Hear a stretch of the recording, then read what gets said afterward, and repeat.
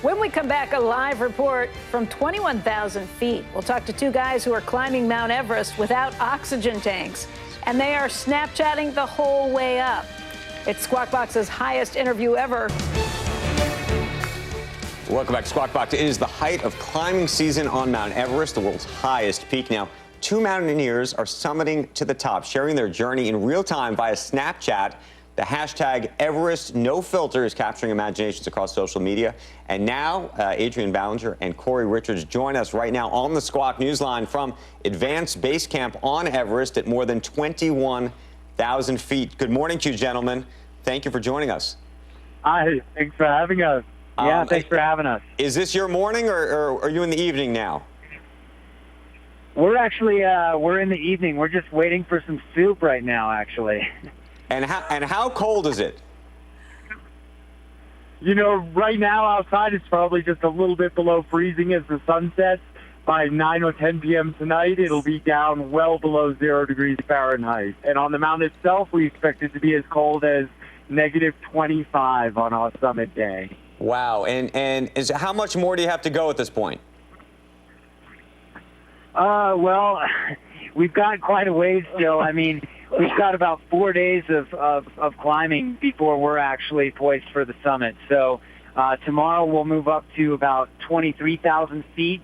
The following day we'll move up to about 25,500 feet. The following day up to 27,500 feet.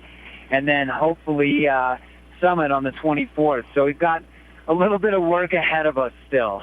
Hardest part so far? The hardest part so far, probably last week while we were acclimatizing, we were at about 25,000 feet and got hit by a windstorm that almost destroyed the tent we were staying in. And we had to stay up all night with our full mountain gear on, getting out and digging the tent out of hundreds of pounds of snow every few hours. It was a brutal night. Now, you can't see it right now, but on the screen that we have, we're showing images from your Snapchats. And one of the things we wanted to talk to you about was social media and your decision to broadcast so much of what you're doing. How easy or frankly difficult is it to do that while you're outside, you know, trekking? Well, you know, it's funny. Social media has taken such a drastic turn in the past few years. It's become so easy to share stories. One of the reasons we chose Snapchat was because it just is, you know, it is a fairly easy platform to use. But more than that, it's just a very uncurated look at the way a whole Everest season and expedition unfolds. So, I mean, in the moment, it can actually be quite difficult to, you know, take your mittens off, take your gloves off, and actually use your phone. But overall, it's a very easy platform to tell a story, especially, you know, via these means. And I think this has been totally rewarding for us. I mean, at this point, we're just getting hundreds of comments and videos sent back to us every day, sort of wishing us good luck and asking us questions and things like that. So it's a two-way street. It's part of the beauty of it. I assume you're using a satellite phone of some sort attached to your iPhone. How do you do it? I assume there's no LTE service up there. That's right. So first and foremost, we have to keep our iPhones warm, and we use those to take the snaps. And then we set up a Wi-Fi hotspot using a satellite internet connection powered by solar, and hopefully get the snaps out. It could be a little bit of a frustrating process sometimes. You know, taking the snaps is easy. Sending them every 10-second snap might take, you know, 10 minutes or more to actually get out over the satellite internet.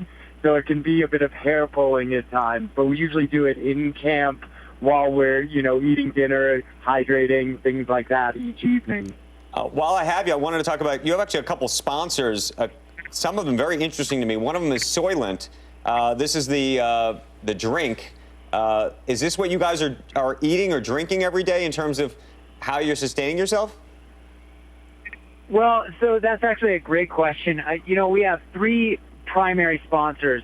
Soylent is one of them. Eddie Bauer is our primary apparel and gear sponsor, and then Strava, which tracks all of our fitness. Soylent is an interesting one because, you know, it's really hard to supplement, you know, nutrition high on the mountain. One of the easiest ways to get calories is actually to drink them. It's not to say that we're using it exclusively, but we actually use it quite a bit when we arrive at camp at the end of the day, you know, we mix up a batch and try to get as many calories in as possible. Yeah, and our doctor would estimate we burn something like 8,000 to 12,000 calories a day while we're climbing. And I bet traditionally on expeditions, I've put in 500 to 1,000 calories of food because it's so hard to eat and digest. And so if we can drink 1 to 2 bottles of Soylent, that's giving us an extra 1,000 to 2,000 calories. It makes a big, big difference. I've still lost some weight on this trip, but less than in the past. Okay. Gentlemen, we want to wish you well. We want to thank you.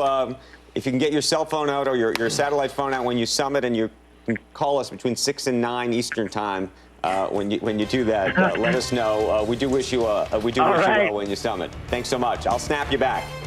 That sounds great. Thanks. Talk to you soon. Thanks, Thanks, yeah. Without oxygen. It's amazing. No oxygen. Stop on the way and build up the red blood cells. Coming up.